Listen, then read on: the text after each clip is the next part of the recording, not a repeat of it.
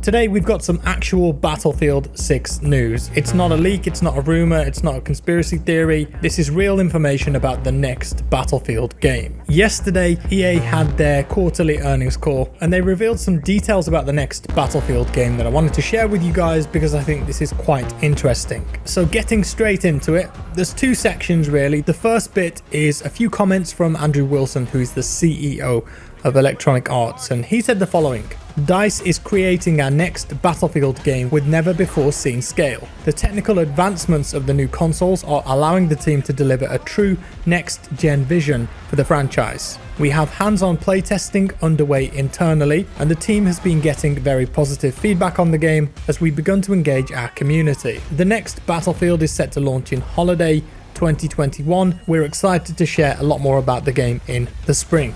So that's pretty cool, and they did mention the next Battlefield game at EA Play back in June when they did that little stream. But all we saw was a tech demo with a load of soldiers running around, some random bloke's face, and a modern looking building being destroyed.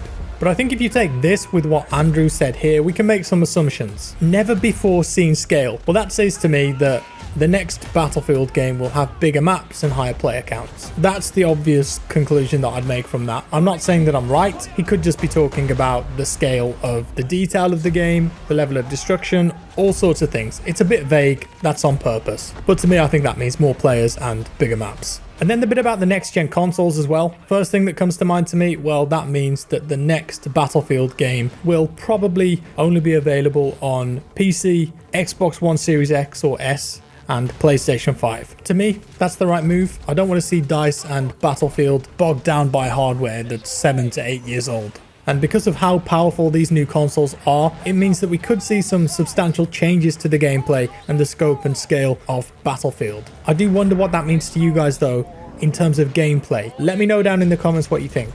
Keep in mind that when we're talking about the next gen consoles, it's not just about having better graphics and ray tracing, it's also the fact that the PS5 and the Xbox Series X have NVMe SSDs in, which means incredibly fast loading times. They've also got loads of memory, and that opens up a whole host of gameplay opportunities that just weren't possible on the older systems, and that could have been holding a lot of design choices back. And then of course we've got the holiday 2021 release date. I think most of us expected that. I'd imagine end of October, early November next year. And they're going to show the game off in the spring.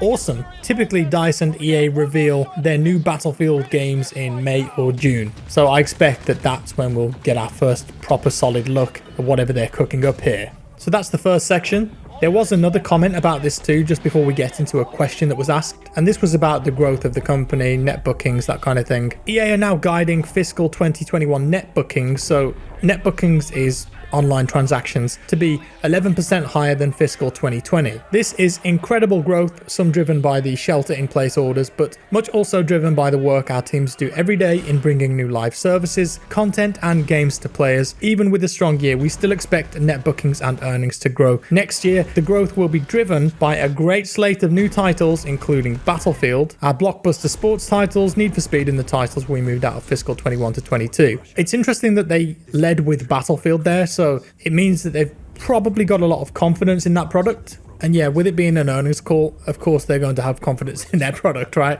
But they led with it there. I think that says something. So later on, they did a few questions, and one of them was from an analyst called Alex. And they said, we've seen a lot of game delays in the space recently, and even on the AAA side. So just curious as you think towards next year in Battlefield. Obviously, that's a big theme for fiscal 2022. Can you provide an update about how you're feeling about the development process? And if there's any risk a year from now that maybe that game doesn't launch on time, it would be helpful to get an update there. Andrew Wilson steps in and answers. There's some stuff about Apex there and a couple of other games, but in the context of Battlefield, he said, yeah, great question. Again, as we think about Battlefield next year, again, you heard me talk about we're doing internal playtesting. We're starting to go out to our community and get feedback. I was part of the product review last week. We have rallied the entire studio around the development of Battlefield specifically. We've given them an extra year of development. You'll remember to ensure that they can in fact build a true next gen vision around that game. So it's obviously a big concerted effort from the entirety of DICE working on the next Battlefield game. They don't mention any other games that they're working on. I assume that they do have other projects in development though, but it appears that the focus is on Battlefield. And then Andrew Wilson goes on, DICE is one of the most talented studios on the planet. We've brought in talent from across the industry who have really bolstered our belief and our confidence in our ability to launch that game next year. So lots more to come in the next couple of months, but even in the face of challenges, I think we've demonstrated an ability to launch amazing games and content. I feel really, really good about the content we've got coming